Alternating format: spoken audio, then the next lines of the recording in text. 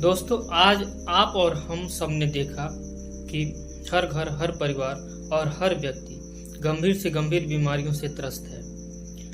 देश का कोई ऐसा परिवार नहीं बचा है जो लाइलाज और गंभीर बीमारियों से परेशान न है। लोगों की आमदनी बढ़ी, लोगों ने अपनी व्यवस्थाओं को सुदृढ़ किया, लेकिन इन व्यवस्थाओं को सुदृढ़ करने के साथ साथ लोगों के जेब खर्च पर स्वास्थ्य संबंधी समस्याओं का बोझ भी तेजी से बढ़ता गया है।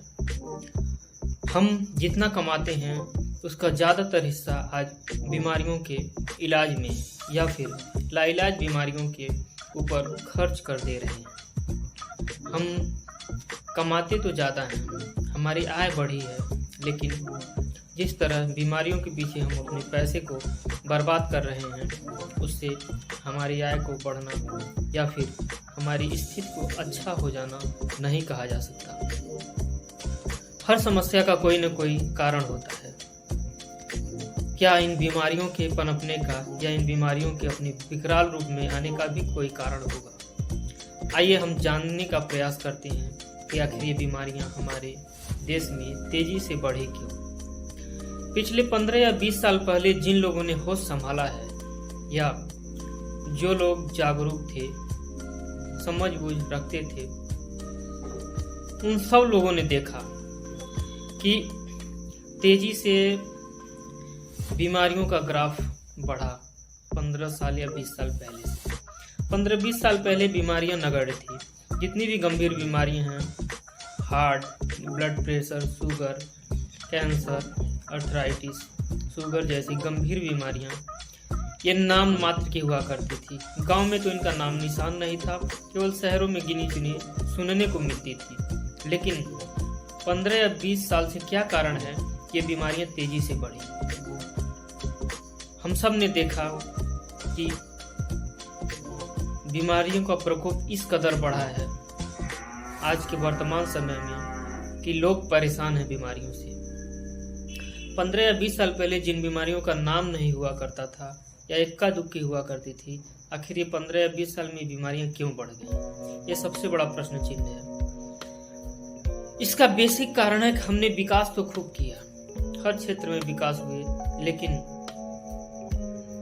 अपने स्वास्थ्य को गिरवी रखकर अपने स्वास्थ्य के कब्र पर विकास किया। हमने एक तरफ विकास किया और दूसरी तरफ अपने स्वास्थ्य संबंधी संसाधनों को बर्बाद किया। जिस तेजी से विकास हुआ उससे 100 गुना तेजी से हमारे स्वास्थ्य संबंधी संसाधनों का पतन हुआ। ये कहना गलत ना होगा। हम विकास के दौर में यह भूल गए कि विकास जितना जरूरी है उससे हजारों गुना ज्यादा हमारा और आपका स्वास्थ्य रहना जरूरी है। हमें विकास दिखता तो है, लेकिन उस विकास के एवज में जो स्वास्थ्य को लेकर खाद्य सामग्रियां हैं, जो जल है, वायु है, वो कितना बर्बाद हुआ, कितना दूषित हुआ, ये हमें नहीं दिखता। और हमारी बीमारियां जो हैं वो इन्हीं गलत खान पान और प्रदूषित खाद्य पदार्थ तथा जलवायु के कारण बढ़ी है। हमने विकास के चक्कर में एक ऐसी चीज को नजरअंदाज कर दिया जिसको अब रिवर्स करना इतना आसान नहीं है। किया तो जा सकता है, लेकिन आसान नहीं है। हम विकास के दौड़ में उन कंकड़ पत्थर, कागज के नोट और ईंट और सीमेंट से बनी चीजों को एकत्रित करते रहे। हमने सोचा कि ये चीजें एकत्रित हो जाएगी तो हम खुश रहेंगे, लेकिन हम खुश नहीं हुए, उल्टे हम और अधोपतन की तरफ चले गए। कुछ बेसिक जरूरतें जो अगर हो जाएं तो बेहतर है, लेकिन हम अपने शरीर को बीमार करके उन बेसिक जरूरतों को अगर एकत्रित करें या पूरा करें तो ये तर्कसंगत नहीं होगा। 15 या 20 साल पहले जल की शुद्धता बेहतर थी, आर्सेनिक की मात्रा नहीं हुआ करती थी जल में। पेस्टिसाइड्स और विदेशी खाद का प्रयोग बहुत कम था एग्रीकल्चर में। भूमि की गुणवत्ता अच्छी थी। पैदावार बेशक थोड़ा कम होता था, लेकिन शुद्ध होता था। इतना पोल्यूशन न होने की वजह से वायु का इंडेक्स भी अच्छा था, जिसकी वजह से हमारे शरीर को जो बेसिक जरूरतें हैं, खाना, पानी और हवा, तीनों पूरा तो नहीं कहेंगे लेकिन शुद्ध मिलता था। और इस शरीर की प्रतिरोधक क्षमता अच्छी थी, बीमारियां अगल बगल नहीं आती थी। लेकिन 15 या 20 सालों में हमने खुद अपनी कब्र खो दी। हम तेजी से इन संसाधनों को बर्बाद करते रहे। वायु, जल और मिट्टी, ये तीनों प्रकृति द्वारा प्रदत्त शुद्ध संसाधन हैं। इसको अगर हम बर्बाद ना करें तो स्वतः ये खराब नहीं होता। प्रकृति समय पाकर अपने आप इसे सुधार लेती है। लेकिन हम जब दिन रात इन तीनों संसाधनों को बर्बाद ही करने के पीछे पड़े हुए हैं, तो प्रकृति कितना रिवर्स करेगी। एक तो इन संसाधनों को दूषित भी करते हैं, और इन संसाधनों को रिवर्स करने वाले प्रकृति के जो टूल्स हैं उन्हें भी हम बर्बाद कर देते हैं। न टूल्स बचेंगे, न संसाधन बचेगा। वही हालत है कि न इंजन बचेगी, न मिस्त्री बचेगा और न टूल्स बचेंगे। फिर प्रकृति कैसे रिवर्स करेगी। एक तरफ हम तेजी से एयर पोल्यूशन करते जा रहे हैं, और अगर प्रकृति उस एयर पोल्यूशन को रिवर्स भी करे, दूसरी तरफ उसको रिवर्स करने वाले टूल किट्स जो पेड़ पौधे और जंगल हैं उसे भी काटते जा रहे हैं। पेड़ पौधों और जंगलों की वजह से जल प्रदूषण भी धीरे धीरे बेहतर होता है। जल की गुणवत्ता भी पेड़ों द्वारा सुधारी जाती है। भूमि की सुदृढ़ता और गुणवत्ता भी पेड़ों द्वारा सुधारी जाती है। लेकिन एक तरफ भूमि में अंग्रेजी और पेस्टिसाइड्स तथा गलत चक्र तरीके से खेती बाड़ी और फैक्ट्री और अन्य आर्सेनिक और कचरा भरे संसाधन मिट्टी में डाले जाते हैं, और उसे सुधारने के टूल किट्स को भी हम बर्बाद कर देते हैं।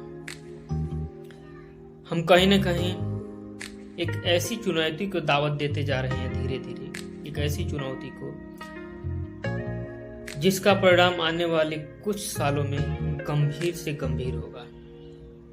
गंभीर से गंभीर तो आज ही हो चुका है, लेकिन अभी भी देश की एक बड़ी आबादी बची हुई है। परिवार नहीं बचा, लोग बचे हुए हैं। कुछ दिनों में, कुछ वर्षों में यह गंभीर समस्याएं बीमारियों के रूप में अपने विकराल रूप में आएंगी, और फिर हमारा और आपका गुरु चूर चूर होगा। मैं इस वीडियो के देखने वाले हर व्यक्ति से ये पूछना चाहता हूँ कि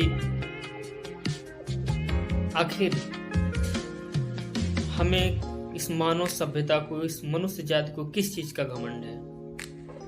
हर किसी को घमंड है। हमारे पास वैज्ञानिक हैं, हर देश और हर व्यक्ति, हर परिवार को घमंड है कि पैसा है, हम डॉक्टर से इलाज करवा लेंगे, संसाधन है, समय से हॉस्पिटल पहुंचेंगे, ये है, वो है, ऐसा है, वैसा है।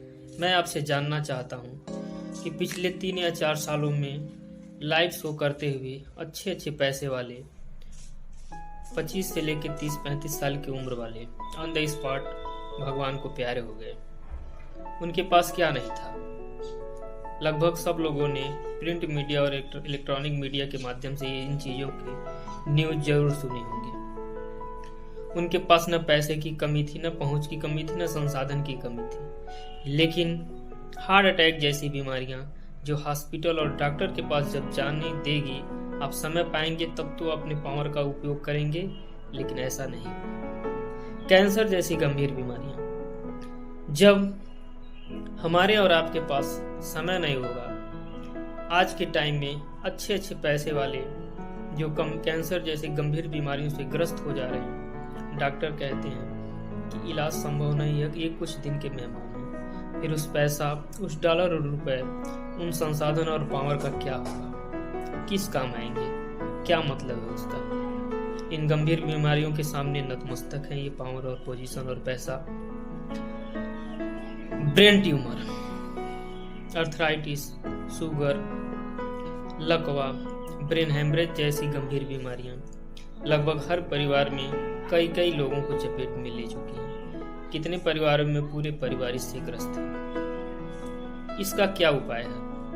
अगर स्वास्थ्य सुविधाओं के बढ़ाने से ही व्यक्ति स्वस्थ हो जाए तो बेहतर है, लेकिन स्वास्थ्य सुविधाओं के बढ़ाने के बाद जब इलाज नहीं है तो फिर उन स्वास्थ्य सुविधाओं का क्या मतलब? हम क्यों रहें उन स्वास्थ्य सुविधाओं के भरोसे कि मेरे पास पैसा है और बड़े बड़े हॉस्पिटल्स हैं, मल्टीनेशनल डॉक्टर्स हैं, उनके पास कोई इलाज नहीं है इन बीमारियों का। यानी पैसा, संसाधन और बड़े बड़े दावे ये सब फेल हैं इन गंभीर बीमारियों के सामने। कुछ परसेंट ही सफल हो पा रहे हैं। कहीं न कहीं हमें इन स्वास्थ्य संबंधी सुविधाओं के भरोसे अपने इस जीवन को छोड़ना उचित नहीं लगता। हमें ये देखना होगा कि आखिर ये बीमारियां होती क्यों हैं, क्योंकि किसी भी समस्या के कारण को अगर ढूंढा जाए और उस कारण पे काम किया जाए तो शायद निवारण संभव है। इन बीमारियों को लेकर भी कुछ न कुछ कारण होंगे और उनके निवारण पर अगर फोकस किया जाए और अमल किया जाए तो जो 2550 साल से समस्याएं धीरे धीरे हमने पैदा की उसे अचानक तो नहीं बदला जा सकता, न एक व्यक्ति, एक संस्था या एक देश बदल सकता है। इसको बदलने में हर व्यक्ति की जिम्मेदारी होगी, क्योंकि ये समस्याएं जो स्वास्थ्य संबंधी हैं ये एक चैन के रूप में बिगड़ रही हैं। हर कोई अपने स्वार्थ के पीछे भाग रहा है। किसी को कुछ नहीं पड़ा कि इस प्रकृति का भी कोई स्वार्थ है या नहीं है। हम अपना देखते हैं, हर कोई यही कहता है इनको नहीं तो मुझे क्या। हर देश यही कहता है इसको नहीं तो मुझे क्या। हर संस्था, हर परिवार यही कहता है इनको नहीं तो मुझे क्या। यानी कि किसी को कोई लेना देना नहीं है, हर कोई सिर्फ पल्ला झाड़ता है। हमारे भारत जैसे देश में हम किसी चीज़ को पॉइजन या जहर तब मानते हैं जब ऑन द स्पॉट खाने पर आदमी की तुरंत या कुछ मिनट के अंदर मृत्यु हो जाती है, तब ये माना जाता है कि इसने जहर खाया है। ये जो पॉल्यूशन है खाद्य पदार्थ, जल और वायु के रूप में बढ़ा है, ये स्लो पॉइजन की तरह काम करता है। भगवान ने हमारे शरीर के ऑर्गन्स को मजबूत तो बनाया है, लेकिन उसकी भी एक सीमा है सहने की। ये स्लो पॉइजन के रूप में धीरे धीरे हमारे शरीर को खोखला करता जा रहा है, जिसके परिणाम स्वरूप ये गंभीर से गंभीर बीमारियां शरीर के अंदर दिखनी शुरू हो गई हैं और होती जा रही हैं।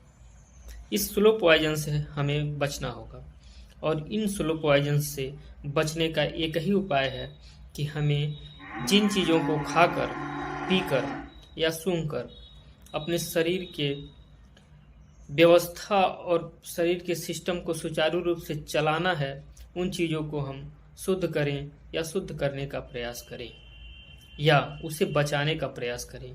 और ये किसी व्यक्ति या एक व्यक्ति का काम नहीं होगा। हाँ, हर व्यक्ति अगर कदम बढ़ाता है तो शायद देश की 140 करोड़ आबादी में हर व्यक्ति 2 हाथ बढ़ाएगा। जो गांव से है, जो शहर से है, जो मेट्रोपॉलिटन सिटी से है, सबकी जिम्मेदारी बनेगी।